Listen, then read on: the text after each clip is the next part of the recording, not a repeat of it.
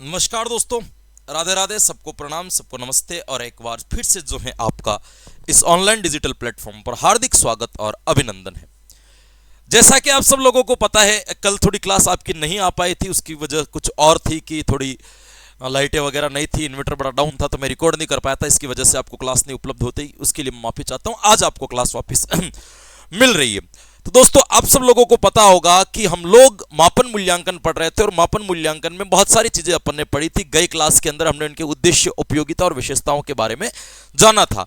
आज की क्लास आपके लिए अत्यंत महत्वपूर्ण है। और क्यों महत्वपूर्ण है, ये इसलिए जरूरी है क्योंकि मैं आपको आज की क्लास में मापन मूल्यांकन की कुछ नई चीजें बताने जा रहा हूं, जो आपको अन्य जगह पर कम या नहीं के बराबर आपको देखने को मिलेगी। और जिस प्रकार से एग्जाम का पैटर्न बढ़ रहा है, जिस प्रकार से एग्जाम का लेवल बढ़ रहा है, तो हो सकता है कि हमें ऐसी चीजों का सामना करना पड़े या ऐसी चीजों तक हमें पहुंचना भी पड़े। तो इसलिए हमें इन चीजों को भी पढ़ना क्या हो जाता है दोस्तों, जरूरी हो जाता है। चलिएगा, आज की क्लास में अपन किसकी बात करने वाले हैं। सबसे पहले कि आज की क्लास के अंतर्गत अपन क्या पढ़ने वाले हैं दोस्तों। सबसे पहले अपन आज की क्लास में पढ़ने वाले हैं मापन के तत्व। आप हेडिंग लगाना, मापन के तत्व कितने होते हैं, घटक, मापन के तत्व। अब देखिएगा, मापन के तत्व की यदि मैं बात करूं दोस्तों, तो मापन के तत्व आपके तीन माने जाते हैं। कितने माने जाते हैं मापन के तत्व? तीन माने जाते हैं। पहले मापन को तत्व को कहा जाता है आपके विषयी। क्या याद रखोगे? पहला जो मापन का तत्व होता है उसको कहा जाता है विषयी, दूसरे को कहा जाता है प्रतीक और तीसरे को कहा जाता है नियम या मान्यता। यानी कि यदि मैं बात करूं आपके मापन के तत्व की, तो मापन के तत्व कितने होते हैं? तीन, विषयी, प्रतीक और कौन सा हो जाएगा? आपके नियम या मान्यता। अब इसके अंदर मैं बात करता हूं दोस्तों, क्या चीज होती है।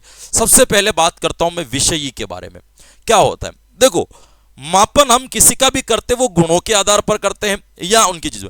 तो मापन में विषय के अंदर क्या आता है कि हमें पहले यह पता लगाना होता है कि हम बालक के किस गुण का मापन करने जा रहे हैं या किस गुण का मापन कर रहे हैं। सबसे पहले हमें इस चीज का पता लगाना होता है। अब यहां पे आपको देखिएगा कि आप किसी चीज को यहां पे समझिएगा। जैसे मान लीजिए कि मैं ये कहूं कि हमें ये पता लगाना है कि बालक खेलने में कैसा है, हमें यह पता लगाना है कि बालक की लंबाई कितनी है, हमें यह पता लगाना है कि बालक का भार कितना है। तो हम किस गुण का मापन करने वाले हैं?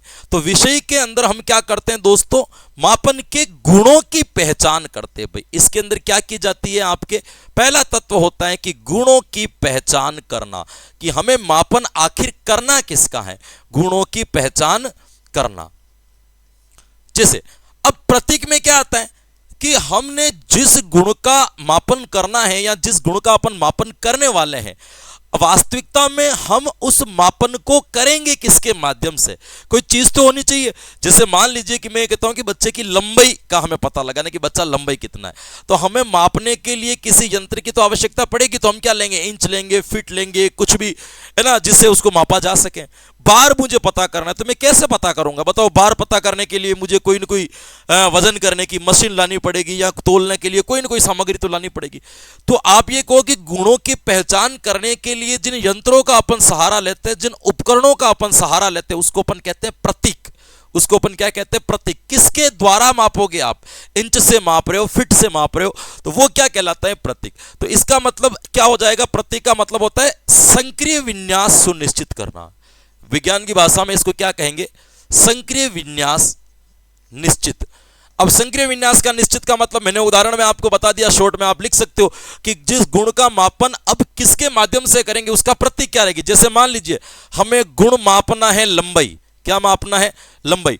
बताओ अब इसका गुण किससे मापेंगे अपन? इंच में मापेंगे, फीट में मापेंगे, मीटर में मापेंगे। ये क्या कहलाएगा? प्रतीक कहलाएगा कि इसमें प्रतीक में रिजल्ट आएगा। रिजल्ट किसमें आएगा? इसमें आएगा। अब नियम के अंदर क्या होता है? नियम के अंदर होता है कि हम उसका मात्रांकन कर देते हैं। मात्रांकन करने का मतलब, जैसे लंबाई मापनी थी तो हमने क्या कर दिया? मात्रांकन कर दिया। मात्रांकन कैसे कर दिया कि मान लीजिए मैंने हमने बता दिया कि बच्चे की लंबाई 120 इंच, बच्चे की लंबाई है 5 फीट, है ना, बच्चे की लंबाई है 1.5 मीटर। ये हमने क्या कर दिया, नामांकन कर दिया। ये कहलाता है नियम बनाना। यानी कि मापन के 3 तत्व माने जाते हैं। सबसे पहले हम गुणों की पहचान करते हैं, फिर उस गुणों का रिजल्ट्स किस में आएगा उसका निर्माण करते हैं, और अंत में जाकर के हम उसका क्या दे देते हैं दोस्तों, रिजल्ट्स दे देते हैं। तो ये आपके मापन के तत्व कहलाते हैं। मूल्यांकन के तत्व भी यही कहलाएंगे, क्योंकि मापन के कहो या मूल्यांकन के कहो दोनों एक चीज है। जो मापन की विशेषताएं होगी वो सारी की सारी मूल्यांकन की भी होगी, लेकिन ये जरूरी नहीं है कि जो मूल्यांकन की विशेषता हो वो सारी की सारी मापन की भी हो, ऐसा नहीं है। क्योंकि मापन मूल्यांकन का एक भाग है, मूल्यांकन मापन का भाग नहीं है। तो इसीलिए आपको ध्यान रखना है कि हम जो जो मापन के अंदर पढ़ेंगे वो सारा का सारा किसके अंतर्गत इंक्लूड होता चला जाएगा, तो वो होता चला जाएगा मूल्यांकन के अंदर। तो ये कंसेप्ट तो आपका यहां पे एक बार क्लियर हो गया होगा मेरे हिसाब से। तो मापन के कितने तत्व याद रखोगे, मापन के 3 तत्व। क्लियर, चलिएगा अब आगे मैं आपको एक और नई चीज पढ़ाता हूं, वो होते हैं आपके मापन के प्रकार। मापन हम कितने प्रकार से करते हैं, तो दोस्तों ध्यान रखना, मापन हम केवल 2 प्रकार से करते हैं। एक तो होता है आपका भौतिक मापन कह सकते हो उसको, या आप कह सकते हो उसको मात्रात्मक मापन। एक तो होता है आपका भौतिक, या इसको अपन क्या कहते हैं, मात्रात्मक मापन। मात्रात्मक मापन। और एक जो होता है वो कौन सा होता है मेरे दोस्तों, गुणात्मक, या इसको अपन कहते हैं मानसिक मापन। क्या कहते हैं दोस्तों, मानसिक मापन। तो मापन यहां पे कितने प्रकार के हो गए, तो मापन के यहां पे प्रकार हो गए आपके सामने 2 प्रकार पे। कितने प्रकार हो गए मापन के, 2 प्रकार मैंने आपके सामने लिख दिए। एक का क्या नाम है दोस्तों, एक का नाम है आपके मात्रात्मक, और एक का क्या नाम है आपके गुणात्मक। अब ये चीजें क्या होती है पहले इसको समझ लो। भौतिक मापन और मात्रात्मक मापन में क्या होता है कि इसमें केवल भौतिक स्वरूप का मापन किया जाता है, गुण नहीं देखे जाते हैं। जैसे देखिएगा, आप किसी बच्चे की कॉपी चेक कर रहे हो और कॉपी चेक करके वहां पे लिखते हो कि इसके 100 में से 90 नंबर आए, ये एक प्रकार का भौतिक मापन है। भाई कौन सा मापन है, आपके भौतिक मापन है ना, क्योंकि ये प्रत्यक्ष रूप से आपको दिख रहा है। एक होता है गुणात्मक मापन, कि इस बालक की अभिरुचि कितनी है, इस बालक का व्यक्तित्व कैसा है, इस बालक का इंटरेस्ट कैसा है, इस बालक की मनोवृत्ति कैसी है। ये आपके गुणात्मक मापन है, ये मानसिक मापन है। इसमें कोई रिजल्ट्स जो है आप एक फिक्स नहीं दे सकते हो, एक प्रॉपरली रिजल्ट्स आप उसके बारे में नहीं दे सकते हो। तो भौतिक का मतलब जो होता है जिसका स्वरूप ही भौतिक हो, जो बाहर स्पष्ट रूप से नजर आ रहा है, उसको अपन कहते हैं भौतिक। मानसिक मापन जो बाहर से स्पष्ट रूप से नजर नहीं आता है, उसको पता लगाने के लिए कुछ विधियों का सहारा लेना पड़ता है, कुछ अवलोकन करना पड़ता है, कुछ निरीक्षण करना पड़ता है। ऐसे मापन को अपन क्या कहते हैं, मानसिक मापन। समझ में आ गया। मैं सिंपल उदाहरण में समझा देता हूं आपको। कॉपी चेक करके जो नंबर दे रहे हो वो भौतिक मापन है। मानसिक मापन का मतलब किसी बालक के व्यक्तित्व का पता लगा रहे हो, किसी बालक की अभिरुचि का पता लगा रहे हो, किसी बालक के मनोवृत्ति का पता लगा रहे हो, वो एक प्रकार का मानसिक मापन है। दोनों के अंदर आपको अंतर समझ में आ गया होगा। अब यहां से एक चीज शुरुआत होती है कि इन दोनों के अंतर्गत हमें अंतर याद रखने, मानसिक मापन के अंतर्गत और इसके अंतर्गत। तो आपको यह ध्यान रखना है कि इसके अंदर तक तो केवल भौतिक क्रिया का अध्ययन किया जाता है। भाई किसका अध्ययन किया जाता है दोस्तों, भौतिक क्रिया का अध्ययन किया जाएगा। भौतिक क्रिया का अध्ययन, केवल किसका अध्ययन किया जाएगा, तो ध्यान रखना इसके अंदर भौतिक क्रियाओं का अध्ययन किया जाता है, जबकि इसके अंदर मानसिक क्रिया या शील गुणों का अध्ययन किया जाता है। शील गुण वे जो स्पष्ट रूप से नजर नहीं आते हैं, शील गुण का अध्ययन किया जाता है। ये इसके अंदर एक मोटा मोटा आपको क्या देखने को मिलेगा, अंतर देखने को मिलेगा। तो पहला अंतर तो क्या याद रखोगे कि भौतिक मापन में भौतिक क्रिया का मापन होता है, और मानसिक मापन के अंतर्गत अपन क्या करते हैं, शील गुणों का मापन करते हैं। अब यहां पे आपको ध्यान रखना है, किस मापन के अंतर्गत संख्याओं की वैल्यूज अधिक होती है और किस मापन में संख्याओं का महत्व नहीं होता है। क्या भौतिक मापन में संख्या का महत्व होगा या मानसिक मापन में संख्या का महत्व होगा। तो ध्यान रखा, मैंने आपको उदाहरण देकर के समझाया कि कॉपी चेक करना एक प्रकार का भौतिक मापन है। तो बताओ, कॉपी चेक करोगे तो वहां पे संख्या देनी पड़ेगी कि नहीं देनी पड़ेगी, देनी पड़ेगी। लेकिन मानसिक मापन के अंदर कोई संख्या नहीं होती। मैं कहता हूं कि मेरी डांस में बड़ी अभिरुचि है। कितनी अभिरुचि है, कोई संख्या बता सकते हैं? नहीं। यह आदमी अच्छा है, कितना अच्छा है, संख्या बता सकते हैं? नहीं। तो इसका मतलब मानसिक मापन के अंतर्गत संख्याओं की भूमिकाएं इतनी नहीं होती है, संख्याओं का ज्यादा महत्व नहीं होता है। लेकिन भौतिक मापन के अंदर संख्याओं का महत्व होता है। तो यहां पे मैं एक अंतर और लिख सकता हूं दोस्तों, संख्या का महत्व अधिक होता है। संख्या का महत्व अधिक होता है। यहाँ पे संख्या का जो जरूरत होती है वो क्या होती है मेरे दोस्तों, ज्यादा होती है। लेकिन यदि मानसिक मापन की यदि अपन बात करें तो मानसिक मापन के अंतर्गत किसी भी प्रकार की संख्याओं की इतनी आवश्यकता नहीं होती। तो अपन कह सकते हैं संख्या का महत्व न्यून होता है, संख्या का महत्व न्यून होता है। एक अंतर हमारे सामने ये निकल करके और आ गया। तो दो अंतर अभी तक अपन ने यहां पे क्या कर लिए मेरे दोस्तों, पढ़ लिए। पहला अंतर कौन सा पढ़ लिया कि भौतिक क्रिया का अध्ययन, इसमें मानसिक क्रिया या शील गुणों का अध्ययन। इसमें संख्या का महत्व अधिक होता है, इसमें संख्या का महत्व क्या होता है, कम होता है। अब मान लो कि आपको यदि ये पूछ ले कि बताओ, ये बताओ कि कौन सा ऐसा मापन है जिसमें शून्य आ सकता है, जिसमें शून्य का अस्तित्व होता है, यानी कि अपन किसी बच्चे को 0 अंक दे सकते हैं दोस्तों, शून्य का अस्तित्व होता है। यह आपको ध्यान रखना है कि शून्य का अस्तित्व किसमें होता है और किसमें नहीं होता है, किसमें शून्य बिंदु पाया जाएगा और किसमें शून्य बिंदु नहीं पाया जाएगा। तो यह भी ध्यान रखना। सिंपल सी बात है कि शून्य भी एक प्रकार की संख्या है भाई, 0 है लेकिन है तो संख्या ही ना। तो इसका मतलब ये हो गया कि जहां पे संख्या का महत्व अधिक होगा वहां पे भी शून्य बिंदु का महत्व होगा, और जहां पे संख्या का महत्व नहीं है वहां पे शून्य बिंदु का भी महत्व नहीं है। तो बड़ी सिंपल सी बात है मेरे दोस्तों कि इसमें आपको ध्यान रखना है कि भौतिक मापन के अंदर शून्य बिंदु होता है, मानसिक मापन में 0 नहीं। परीक्षा में कॉपी चेक कर रहे हैं तो किसी के 0 नंबर आ सकता है। मैं कहता हूं कि यह आदमी कितना अच्छा है, बिल्कुल खराब है, 0 नंबर नहीं दे सकते हो। किसी न किसी में तो अच्छा होगा, आपके साथ में नहीं होगा तो किसी और के साथ में अच्छा होगा, लेकिन शून्य कभी नहीं दिया जा सकता। कोई भी व्यक्ति 100% खराब नहीं होता है, वो किसी के लिए खराब होता है तो किसी के लिए क्या होता है, अच्छा भी होता है। तो इसका मतलब मानसिक मापन के अंतर्गत अपन शून्य कभी भी नहीं दे सकते। तो आपको यहां पे कहें कि शून्य बिंदु का महत्व होता है, तो बिल्कुल भौतिक मापन में शून्य बिंदु का महत्व होता है, शून्य बिंदु का महत्व होता है। और यहां पे ध्यान रखना, शून्य बिंदु का महत्व नहीं होता है, शून्य बिंदु का महत्व नहीं होता। 0 नंबर यहां पे कभी नहीं आते, महत्व नहीं होता। कभी भी किसी भी बालक का मानसिक मापन 0 नहीं हो सकता। एक अंतर हमारे सामने यह भी बड़ा निकल करके आ जाएगा। अब यहां पे आपको ध्यान रखना है,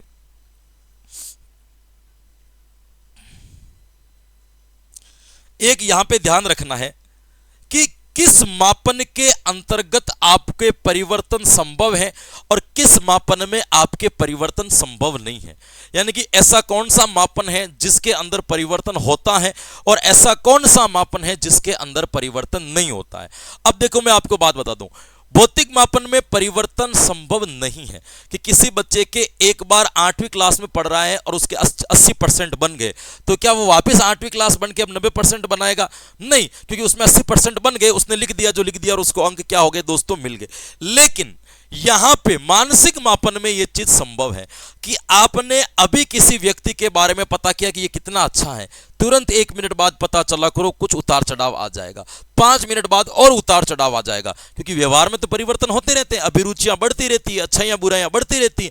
तो मानसिक मापन के अंदर परिवर्तन संभव है, भौतिक मापन के अंदर परिवर्तन संभव नहीं है। यह भी आपको क्या रखना है, ध्यान रखना है कि इसमें परिवर्तन संभव नहीं है, इसमें परिवर्तन संभव नहीं है। और यहां याद रखोगे, इसमें परिवर्तन संभव है, इसमें परिवर्तन संभव है। यह आपको क्या रखना है, ध्यान रखना है। एक चीज और ध्यान रखना, एक की प्रकृति होती है सापेक्ष और एक की प्रकृति क्या होती है मेरे दोस्तों, निरपेक्ष। ये दोनों के बारे में आपको ध्यान रखना है। सापेक्ष का मतलब क्या होता है कि जब किसी का भी आप मापन कर रहे हो तो उस व्यक्ति का प्रत्यक्ष रूप से आपके सामने होना जरूरी है, उसको अपन कहते हैं सापेक्ष। निरपेक्ष का मतलब क्या है कि किसी का भी आप मापन कर रहे हो तो वो आपके सामने है या नहीं है, उससे कोई फर्क नहीं पड़ता है। तो आपको ध्यान रखना है कि भौतिक मापन हमेशा निरपेक्ष होता है। कि जैसे मान लीजिए कि आपने एग्जाम देना था, आप एग्जाम देकर के आ गए, अब वो कॉपी चली गई सर के पास में, वो चेक कर रहे हैं। तो मुझे एक चीज बताइए कि उस कॉपी को जब चेक किया जा रहा है तो उस वक्त आपका उनके सर के सामने होना जरूरी है क्या? बिल्कुल जरूरी नहीं है। आप सामने नहीं होंगे फिर भी आपको अंक दे दिए जाएंगे, फिर भी आपको नंबर दे दिया जाएगा, फिर भी आपका मापन हो जाएगा, फिर भी आपका रिजल्ट्स आ जाएगा। लेकिन मानसिक मापन में ये चीजें संभव ही नहीं है। यदि आप मानसिक मापन किसी का ले रहे हो तो आपको ये ध्यान रखना है कि किसी का भी मानसिक मापन लेने से पहले उस व्यक्ति का सामने होना जरूरी है। किसी व्यक्ति की अभिरुचि का जान कर रहे हो उसका सामने होना जरूरी है, व्यक्तित्व की पहचान कर रहे हो उसका सामने होना जरूरी है। यदि वो सामने नहीं है तो आप कैसे चेक करोगे कोई व्यक्ति कितना अच्छा है कितना बुरा है? ये कब पता चलेगा? जब व्यक्ति प्रत्यक्ष रूप में आपके सामने होगा। तो ये आपको ध्यान रखना है कि मानसिक मापन की जो प्रकृति होती है वो हमेशा क्या होती है? सापेक्ष होती है। निरपेक्ष तो किसकी होती है? तो ध्यान रखना कि आपके जो भौतिक मापन होता है उसकी प्रकृति हमेशा कैसी पाई जाती है? आपके निरपेक्ष पाई जाती है। तो ये भी आपको ध्यान रखना कि इसकी प्रकृति निरपेक्ष होती है।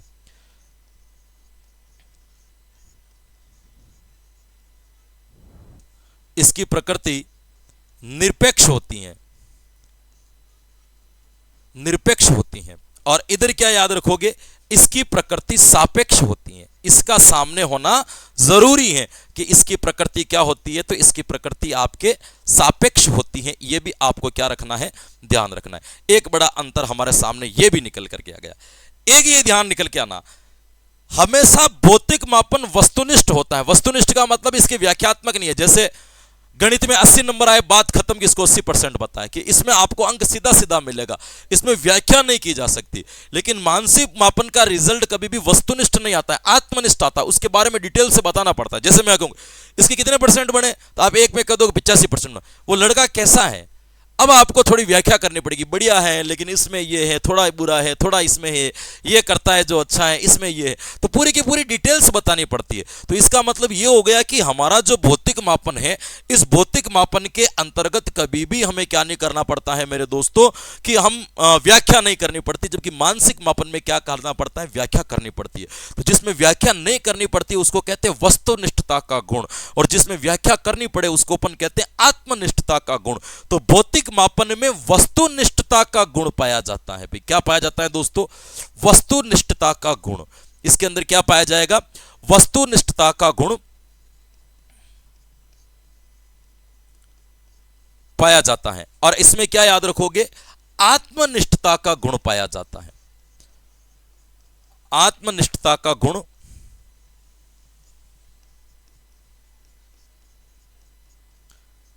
पाया जाता है। ये आपको क्या रखना है दोस्तों? मोटे मोटे नाम पर आपको क्या रखना है दोस्तों? ध्यान रखना है ना? ये आपको ध्यान रखना है ना? ये आपको ध्यान रखना है। अब आपको ये है ना, ये आपको क्या रखना है? इसके बारे में ध्यान रखना है। तो लगभग आपको एक बार समझ में आ गया होगा कि गुणात्मक मापन क्या होता है और आपके मानसिक मापन क्या होता है। ये दोनों के अंतर आपको इसके अंतर्गत क्या रखने हैं मेरे दोस्तों? ध्यान रखने हैं। अब देखिएगा एक और छोटी चीज बढ़ाता हूं। मापन के स्तर, मापन के स्तर, मापन के स्तर की बात करें तो दो प्रकार के मापन के स्तर होते हैं। एक तो होता है आपके गुणात्मक, और दूसरा कौन सा हो जाएगा? मात्रात्मक। बड़ा सिंपल सा अर्थ निकलता है, इसका कोई ज्यादा वो है नहीं। एक तो होता है गुणात्मक और दूसरा कौन सा होता है? आपके मात्रात्मक। यानी कि दो प्रकार से हम किसी का भी मापन कर सकते हैं, एक गुणों के आधार पर और किसका कर सके दोस्तों? एक मात्रा के आधार पर। गुणों के आधार पर कैसे करते कि गुणों के आधार पर किसी का मापन करना हो। मापन का मतलब किसी की पहचान करना हो। तो जैसे अपन जनरली पहचान लेते हैं, जैसे वेशभूषा के आधार पर किसी का मापन कर लिया है ना। राजस्थानी वेशभूषा को देख करके कह देते हैं ये राजस्थानी है, किसी की पगड़ी वगैरह को देख के कह देते सिख है, किसी बुरखे वगैरह को कह देते ये मुस्लिम है, किसी धोती कुर्ते को देख के कह देते अपन हिंदू है। तो इस प्रकार का जो मापन किया जा रहा है वो तो कौन सा कहलाता है? गुणात्मक। जब किसी मापन की व्याख्या उसके गुणों के आधार पर हो जाए। मात्रात्मक के अंतर्गत क्या होता है कि संख्यात्मक मापन होता है। जैसे किसी इंटेलिजेंसी बताने की, इस बच्चे की बुद्धि लब्धि कितनी है, तो बताओ इस बुद्धि लब्धि के लिए हमें क्या करना पड़ेगा? संख्या बतानी पड़ेगी। यानी कि जब किसी का मापन गुणों के आधार पर किया जा रहा हो तब वो मापन का कौन सा स्तर कहलाएगा? गुणात्मक। और जब किसी का मापन संख्या के आधार पर किया जा रहा हो तो वो मापन का कौन सा स्तर कहलाएगा? मात्रात्मक। जैसे प्रकार है ना, वैसे ही क्या है, आपके दो स्तर हैं लेकिन इनकी हल्की सी क्या बदल जाती है? व्याख्या बदल जाती है।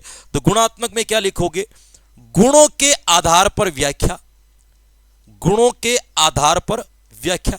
मैंने उदाहरण भी बता दिया, इसके अंदर कोई ज्यादा आपको याद ही नहीं रखना है। और इसमें क्या लिखोगे बताओ? मात्रा के आधार पर व्याख्या। किसके आधार पर? मात्रा के आधार पर व्याख्या। इसमें संख्या बताई जाएगी, इसमें गुण बता जाएगा। बताओ इसके अंदर क्या स्तर याद रखने, कोई भी आपको मापन के जो है ये आपको याद रखने की जरूरत, मापन के चर है ना, सॉरी यहां पे ये करना, मापन के चर, मापन के स्तर तो 4 होते हैं, ये क्या कहलाते हैं आपके मापन के चर। मापन के चर या इसको क्या कहते हैं, मापन के भाग भी कहते हैं। जैसे अभी अपन ने पढ़ा था ना गुणात्मक मापन और मात्रात्मक मापन, ठीक उसी प्रकार से इनको अपन 2 कैटेगरी के अंतर्गत रख सकते। तो पूछ ले कभी मापन के चर कितने होते, तो बड़ी सिंपल सी चीज है कि मापन के चर कभी पूछते नहीं है, लेकिन फिर भी पूछ ले कभी, तब भी आपको क्या करना है, इसके बारे में आपको बताना है, यह आपको ध्यान रखना है ना, ये आपको क्या रखना है, ध्यान रखना है। और अंतिम चीज अपन और पढ़ लेते हैं, मापन का स्तर, और फिर क्लास को खत्म करते हैं। तो 3-4 चीजें आपके यहां पे कंप्लीट हो जाएगी। मापन के स्तर, मापन के स्तर होते हैं दोस्तों 4। मापन के कितने स्तर होते हैं दोस्तों, 4। सबसे पहला आता है आपके नामित मापन। नामित मापन, नामित मापन, नामित मापन। अब देखिएगा नामित मापन क्या चीज होती है, तो नामित मापन का मतलब वही होता है कि गुणों के आधार पर जब आप किसी का मापन कर रहे हो तो वो कहलाता है नामित मापन। लेकिन ये बहुत कम परिमार्जित माना जाता है, न्यून परिमार्जित माना जाता है। जैसे मान लीजिए कि किसी बच्चे के 90% बने और आपने उसको साइंस दिला दी, केवल एक ही गुण देखा परसेंटेज बना, उसको उसका एक गुण देख करके आपने उसको क्या दिला दी, विज्ञान दिला दी। हो सकता है बच्चा 12वीं में जाकर के फेल हो गया हो। तो इसीलिए नामित मापन के अंदर केवल गुणों के आधार पर व्यक्ति को अच्छा और बुरा कह दिया जाता है। तो ये सबसे कम परिमार्जित, बहुत हल्का मापन माना जाता है कि इससे कभी भी स्पष्ट व्याख्या नहीं होती। तो इसी का नाम है नामित मापन। नाम के आधार पर आप जब किसी का मापन करोगे तो वो क्या कहलाएगा, आपका एक प्रकार का नामित मापन कहलाएगा। दोस्तों आपको ध्यान रखना है, तो यहां पे आपको ध्यान रखना है, गुणों की विशेषता के आधार पर मापन। किसके आधार पर, गुणों की विशेषता के आधार पर मापन। विशेषता के आधार पर मापन, कि आप किसी के व्यवहार को देख करके मापन कर लेते हो दोस्तों, तो वो कहलाएगा आपके ये। और ये भी ध्यान रखना है, सबसे कम परिमार्जित मापन कौन सा है, सबसे कम परिमार्जित, बहुत खराब कह सकते हो आप इसको, है ना, जिसका रिजल्ट बहुत कम जो है स्पष्ट होता है। सबसे कम परिमार्जित मापन किसको कहते हैं, तो नामित मापन को कहते हैं। क्योंकि कभी भी स्पष्ट व्याख्या नहीं हो सकती कि किसी महिला ने राजपूत की महिलाओं जैसी पोशाक पहन रखी है, तो आप उसकी पोशाक को देख करके एक बार कह रहे हो कि ये किसी न किसी राजपूत परिवार की महिला है, लेकिन जरूरी थोड़ी है कि वो राजपूत, उसने हो सकता है किसी अन्य समुदाय की और उसने उसी वेशभूषा पहन रखी हो। कन्फर्मेशन नहीं होता है इसके अंदर, गुणवत्ता नहीं होती है। इसीलिए इसको कहा जाता है कि केवल गुणों की विशेषता के आधार पर यदि आप मापन कर रहे हो तो ये क्या कहा जाएगा, आपके बहुत ही क्रमित जो है बहुत छोटा मापन कहा जाएगा। ये आपको क्या रखना है दोस्तों, ध्यान रखना है। एक आता है आपके क्रमित मापन, दूसरा जो आता है मापन का स्तर, उसका क्या नाम है आपके, तो उसका नाम है आपके क्रमित मापन। क्रमित मापन। अब यहां पे क्या होता है दोस्तों, जैसे गुणों की विशेषता है ना, वैसे यहां पे मात्रा की विशेषता के आधार पर मापन किया जाता है। किसके आधार पर, मात्रा की विशेषता के आधार पर मापन। अब इसके अंदर क्या होता है, देखिए मैं आपको समझाता हूं। इसके अंदर क्या होता है कि आपके नंबर तो आते हैं लेकिन नंबर का शो ऑफ नहीं किया जाता। जैसे आपने अगर विद्यालय के अंदर वो भारतीय संस्कृति ज्ञान की हमारे एक परीक्षा होती थी, यदि आपने भी दी हो तो आपको पता होगा, उसके अंदर क्रमित मापन होता था। उसमें क्या होता था कि मात्रा नंबर जो है उसके आधार पर आपके गुण बताए जाते हैं। जैसे देखिएगा कि मान लीजिए कि उन्होंने ये कह दिया कि जिस बच्चे के 80 में से 100 नंबर आएंगे उसको मैं कहूंगा कि ये तो उत्कृष्ट हैं। जिस बच्चे के 60 से 80 आएगा उसको मैं कह दूंगा कि श्रेष्ठ हैं। जिस बच्चों के 40 से 60 आएगा उसको मैं कह दूंगा कि सामान्य है। 3 स्टेप इन्होंने यहाँ पे बांट दी। अब यहाँ पे क्या करेंगे कि मापन लेंगे ना, तब आपके जो नंबर आएंगे वो नंबर नहीं बताएंगे, वो केवल ऐसा लिखेंगे ये उत्कृष्ट है, ये सामान्य है, ये श्रेष्ठ है। ये हमेशा एक क्रमबद्ध रूप में होता है। ये आपको ध्यान रखना है कि उत्क्रमित मापन हमेशा क्रमबद्ध में, जिस क्रम का मतलब कम से कम 3 स्टेप बननी चाहिए, तभी वो क्रमित मापन कहलाएगा। जैसे सामान्य, श्रेष्ठ, उत्कर्ष, ये क्या हो गया आपके 3 स्टेप बन गई। तो है ना, किसी भी चीज को लेकर के जिसमें 3 स्टेप बन रही है वो क्रमित है, अगर स्टेप नहीं बन रही है तो वो क्रमित मापन नहीं है। यानी कि यहाँ पे मात्राओं के आधार पर आपका मापन किया जा रहा है, लेकिन कैसा हो रहा है मापन? क्रमबद्ध रूप में हो रहा है। क्रम होना जरूरी है। क्रम कैसे होना जरूरी है कि जैसे एक बच्चे को आपने कहा सामान्य, तो उसके आगे वाला कौन आएगा?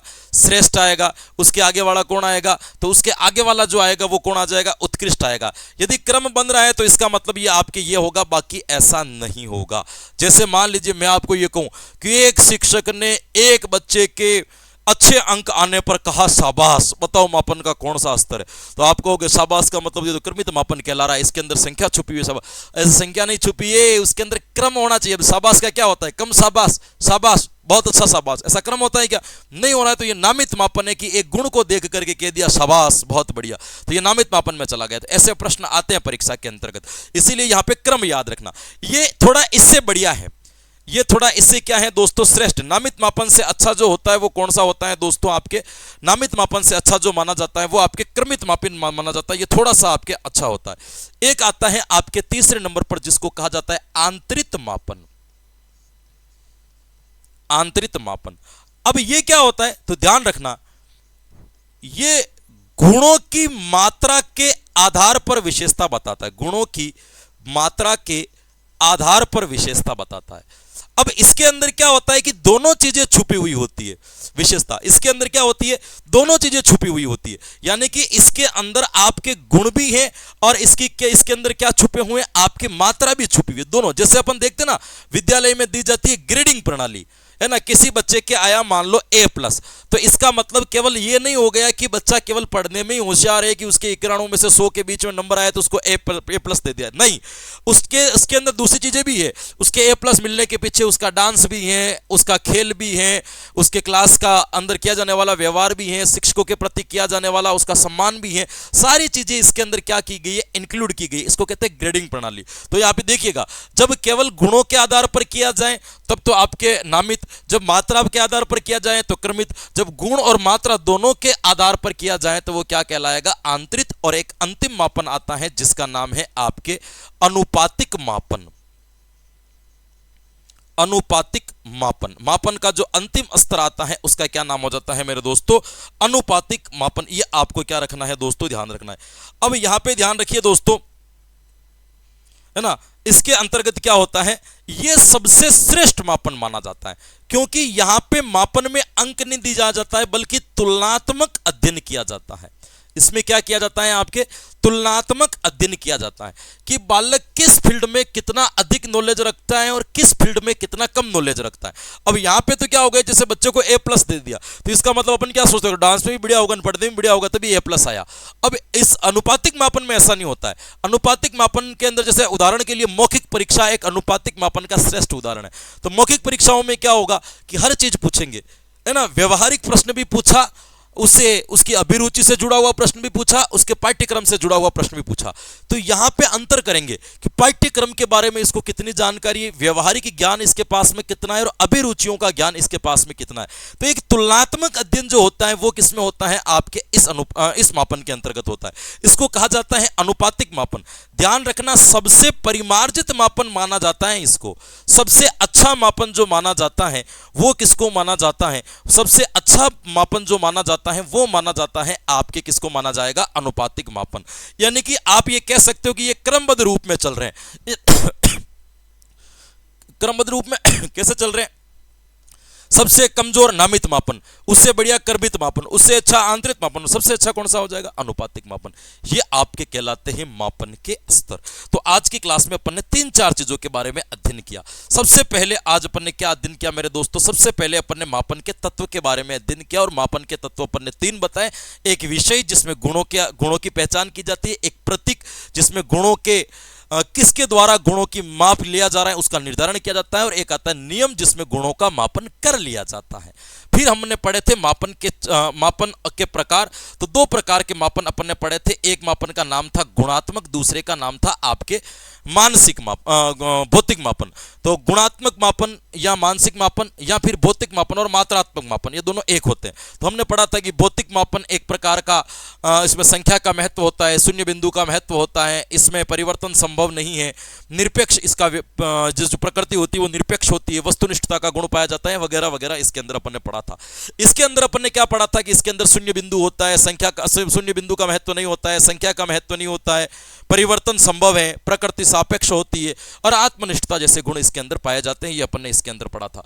और फिर पढ़े थे मापन के चर वो दो होते, गुणात्मक और मात्रात्मक। गुणों के आधार पर किया जाए तो गुणात्मक और मात्रा के आधार पर किया जाए तो मात्रात्मक। फिर अपन ने पढ़े थे मापन के स्तर जो चार होते हैं। नामित मापन जब गुणों की विशेषताओं के आधार पर मापन किया जाता है, सबसे कम परिमार्जित है। फिर होता है क्रमित मापन जो मात्राओं के आधार पर मात्राओं की विशेषताओं के आधार पर मापन किया जाता है, ये क्रमबद्ध रूप में होता है, 3 का क्रम बनना जरूरी होता है, ये नामित मापन से थोड़ा अच्छा है। फिर अपन ने पढ़ा आंतरिक मापन जिसमें गुण और मात्रा दोनों समाहित होती है ना, जैसे ग्रेडिंग प्रणाली, तो इसके अंतर्गत आपके ये थोड़ा आपके क्रमित मापन से और अच्छा है। फिर अपन ने पढ़ा अनुपातिक मापन, ये एक प्रकार का जो है तुलनात्मक अध्ययन करते, तो ये सबसे परिमार्जित मापन जो कहलाता है वो कौन सा कहलाता है, अनुपातिक कहलाता है। ये आपको इसके अंतर्गत ध्यान रखना है। क्लियर? तो 3-4 चीजें, ये सारी चीजें नहीं है जो शायद आपने पहले पढ़ रखी हो तो पढ़ रखी हो, वरना पहली बार ही पढ़ी होगी। तो क्लास कैसे लगी कमेंट करके जरूर बताएं और आशा करते हैं कि आज की क्लास में जो कुछ भी पढ़ा, सीखा, जाना, समझा, याद किया वो आपके आने वाली प्रतियोगी परीक्षाओं के लिए बड़ा लाभकारी या हितकारी सिद्ध होगा, ऐसी मैं आशा करता हूं, ऐसा मुझे विश्वास है। तो बिल्कुल हंसते रहे, मुस्कुराते रहे, प्रसन्नचित रहे, आनंद में रहे, मजे लेते रहे, लेकिन साथ साथ में अपनी तैयारी को भी जोरों और शोरों से जारी रखें। कल फिर मिलेंगे कुछ नए कंटेंट के साथ में, तब तक के लिए मुझे दीजिए आज्ञा। Thank you so much. Radhe Radhe and जय हिंद।